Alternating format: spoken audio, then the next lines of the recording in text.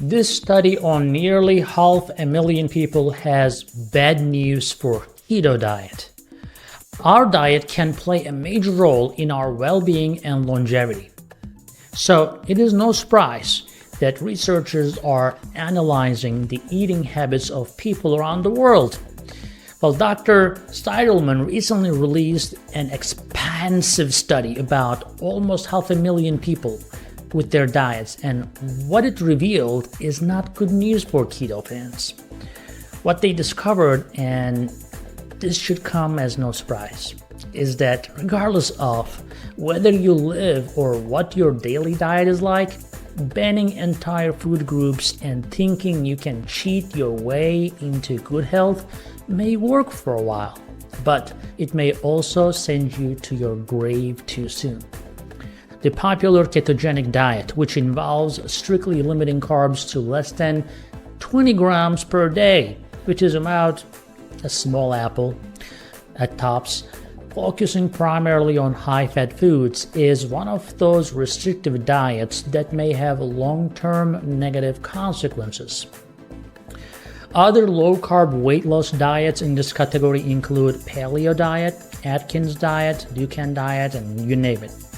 Some of the advantages of going keto are difficult to deny, right? A high-fat, low-carb diet can be an effective strategy for quick weight loss and blood sugar control. That's true. The keto diet may also be beneficial for children who have difficult to control epileptic seizures. People have seen excellent results managing those conditions on a keto diet with the assistance and guidance of professionals for decades. However, there is some evidence that going low carb may cause people to become less glucose tolerant and develop diabetes.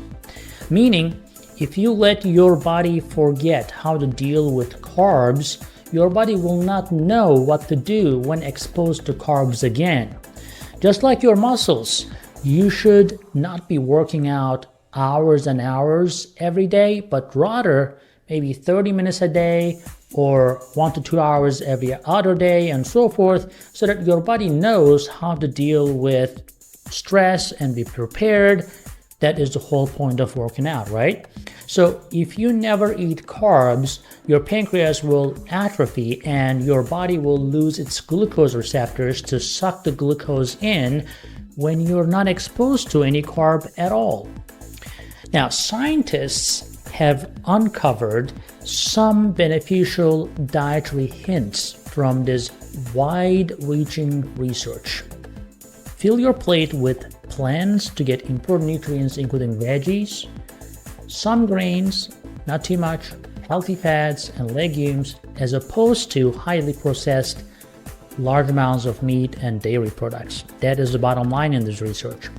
Eating wisely may be one key we need to unlock long lives full of health. Based on carefully conducted laboratory testing of overweight men, we know that going keto does not help burn more body fat than a regular diet.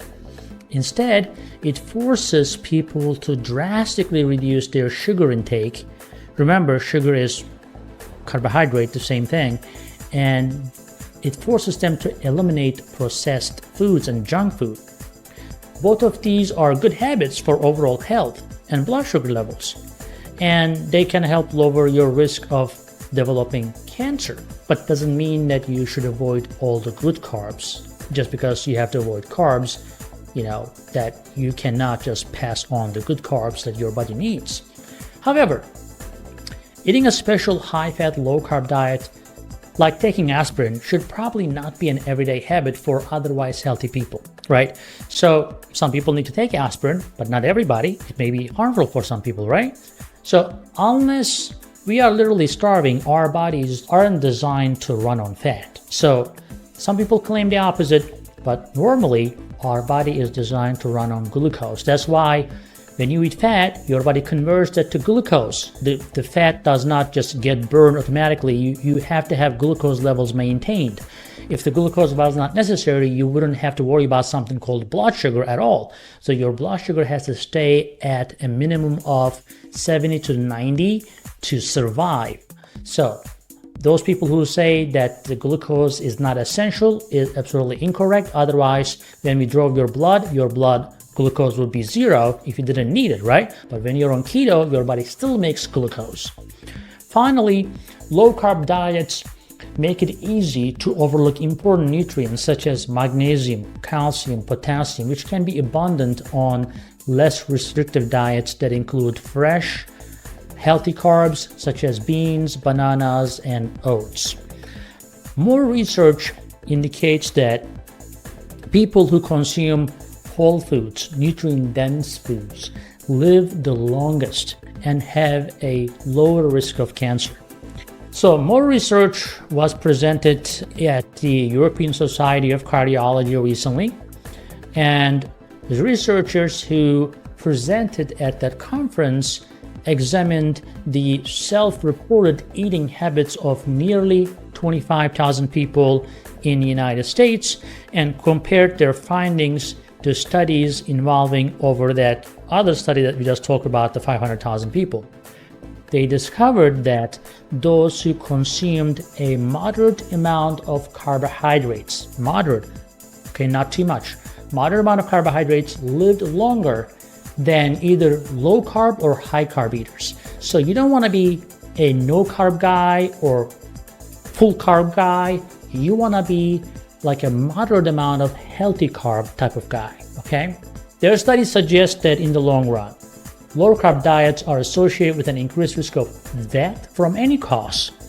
That means that, yeah, you may not die from diabetes, but you may die from, cardiovascular disease or cancer, as well as deaths from mostly strokes and heart attacks. So another study published recently found that people with lower nutritional quality diets, like fewer fresh vegetables and legumes and nuts, were more likely to develop some of the most common and deadly cancers, including colon cancer, stomach cancer, lung cancer, liver, breast, and all that.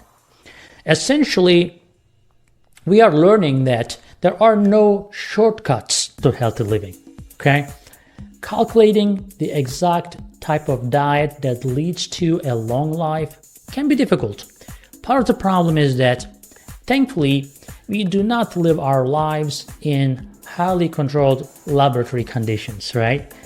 Until that terrifying day arrives and we all become well-studied lab rats, we must rely on long-term observational data, usually in the form of surveys, to learn more about which diet